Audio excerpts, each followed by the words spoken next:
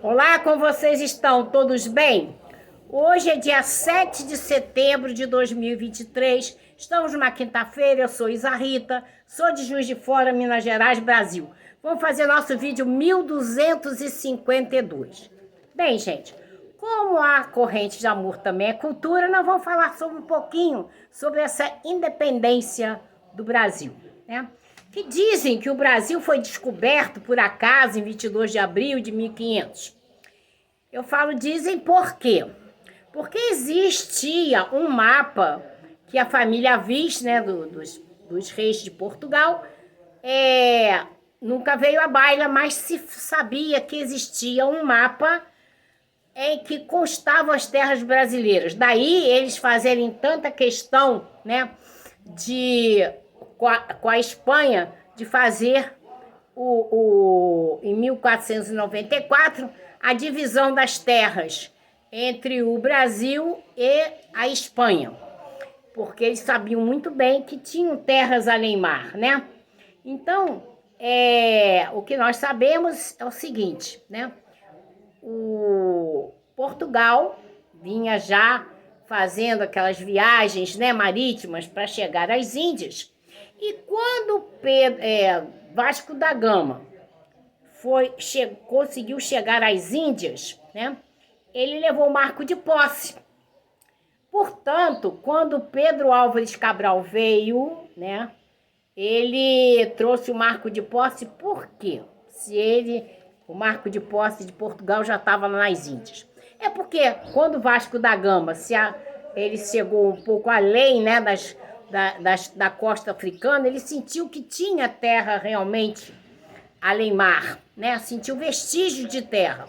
E isso chegou até, né, ao reino de Portugal. Então, o que aconteceu? Quando o Cabral veio para fazer uma outra viagem às Índias, ele trouxe o marco de posse.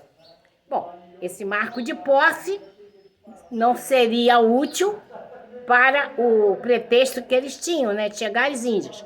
E aí a história da calmaria também foi outra história, porque eles teriam chegado ao estuário lá quando desembocar o Amazonas, e não teria chegado à Bahia, né? Então ele, quando chegou à Bahia, lá, né, ele levou o marco de posse, descobriu o Brasil em 22 de abril de 1500. Bom, isso é outra história. Então, nós vamos falar sobre esse processo de independência. Nós sabemos que, em 1808, a família portuguesa saiu de Portugal fugindo, né, com medo de Napoleão. E aí, Dom João, que era um príncipe regente, porque a rainha era Maria, né, sua mãe, trouxe a família real para cá no Brasil. Aporta no Brasil em janeiro de 1808. E ali, no dia 8, ele abre os portos às nações amigas. Então, a partir daquele momento, o Brasil já mudou de status. Não poderia ser mais colônia, né?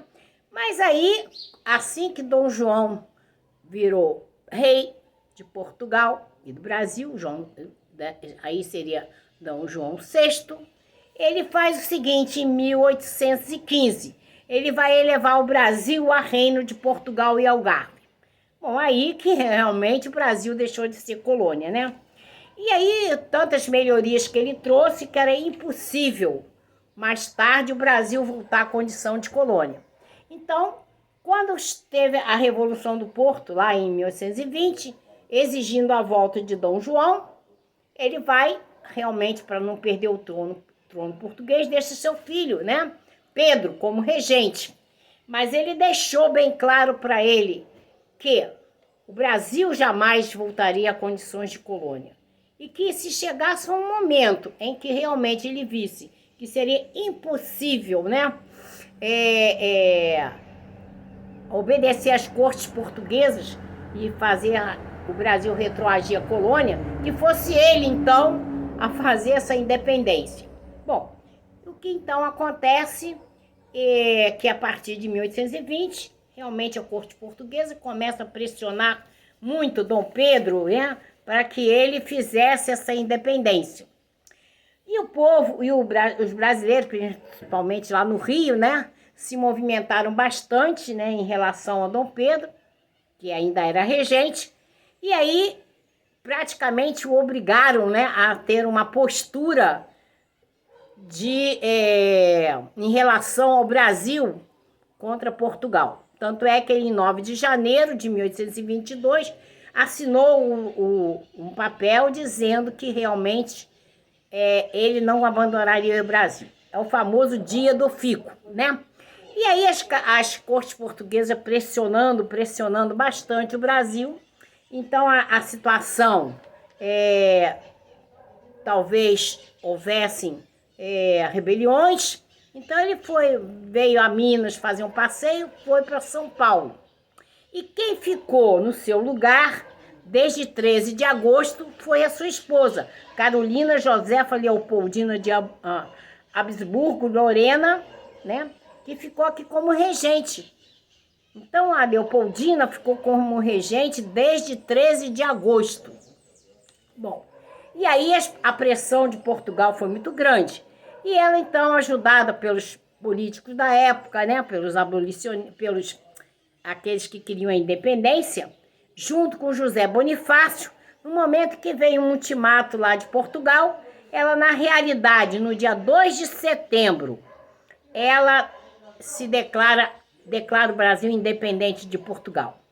Ela é que assinou a independência do Brasil 5 dias antes dela acontecer oficialmente por Dom Pedro, né?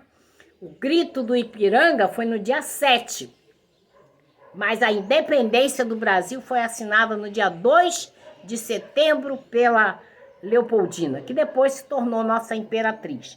Daí em diante, né, aí se torna o primeiro império no Brasil. Dom Pedro passa a ser Dom Pedro I e ela é a primeira imperatriz brasileira.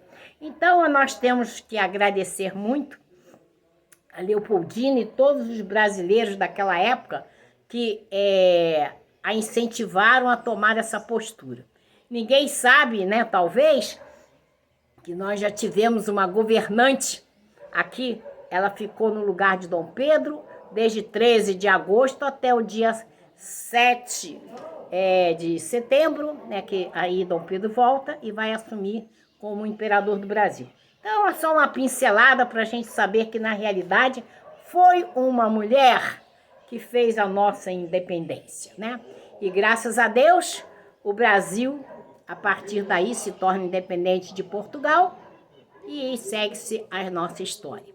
E aí, temos que agradecer hoje por estarmos aqui na nossa varanda de visita, com esse sol maravilhoso, com os nossos pássaros cantando, as maritacas, vez por outras estão aqui, né? E nós, então, temos a oportunidade de fazer esse vídeo com mais luz, mais alegria, né? E eu queria agradecer a minha netinha Laís Pinheiro. Gente, eu acabei de receber, né, dela um vídeo, a sua tia, a Sarinha, que é irmã da sua mãe, a Patrícia, mandaram para mim agora um vídeo onde ela está junto com a priminha dela, né? A priminha dela, deixa eu ver, gente, aqui eu acabei de ver, né? É a Manuela, também muito bonita, as duas cantando uma música para mim. Foi exclusivamente um vídeo feito para a vovó Isarrita. Então ela tá muito linda, dançando, cantando, e ela me deixou muito feliz. Um beijo para você, Laís. Ela é a filha da Patrícia, né? E do meu amigo Willer Pinheiro. E esse daí tocou meu coração, porque ela fez para mim, gente. Então, a Sarinha, muito obrigada pelo carinho, tá? De ter lembrado de mim hoje, né?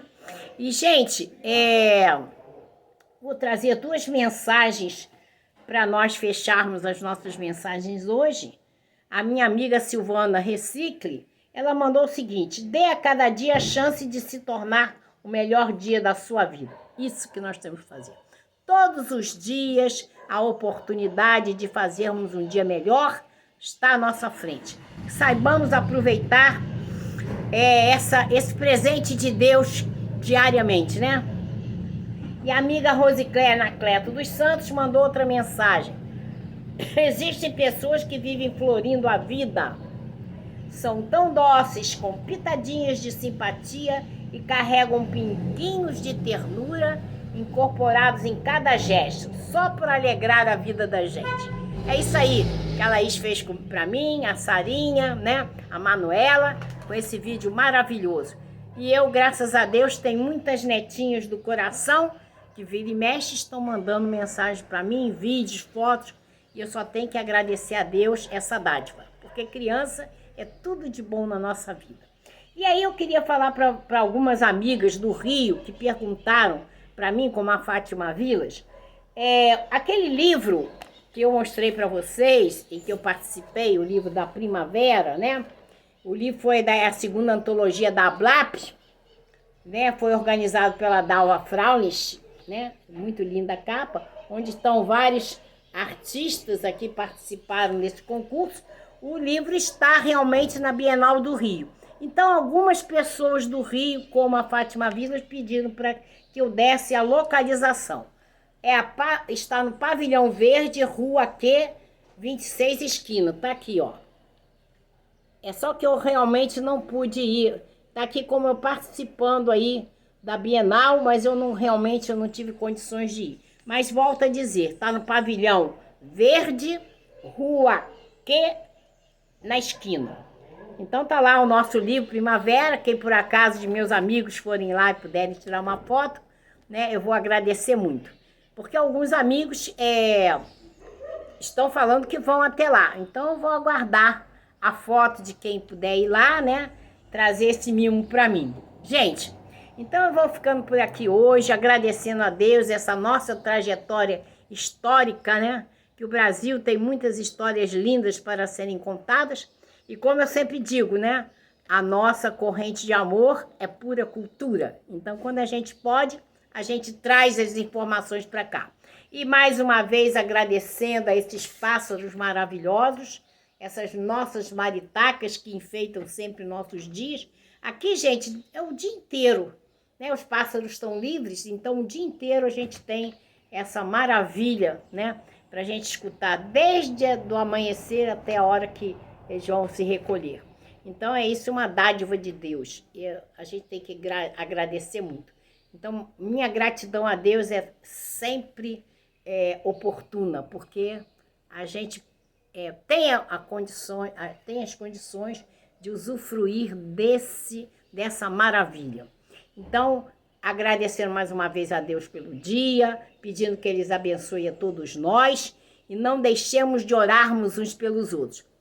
Beijo no coração de vocês e até amanhã!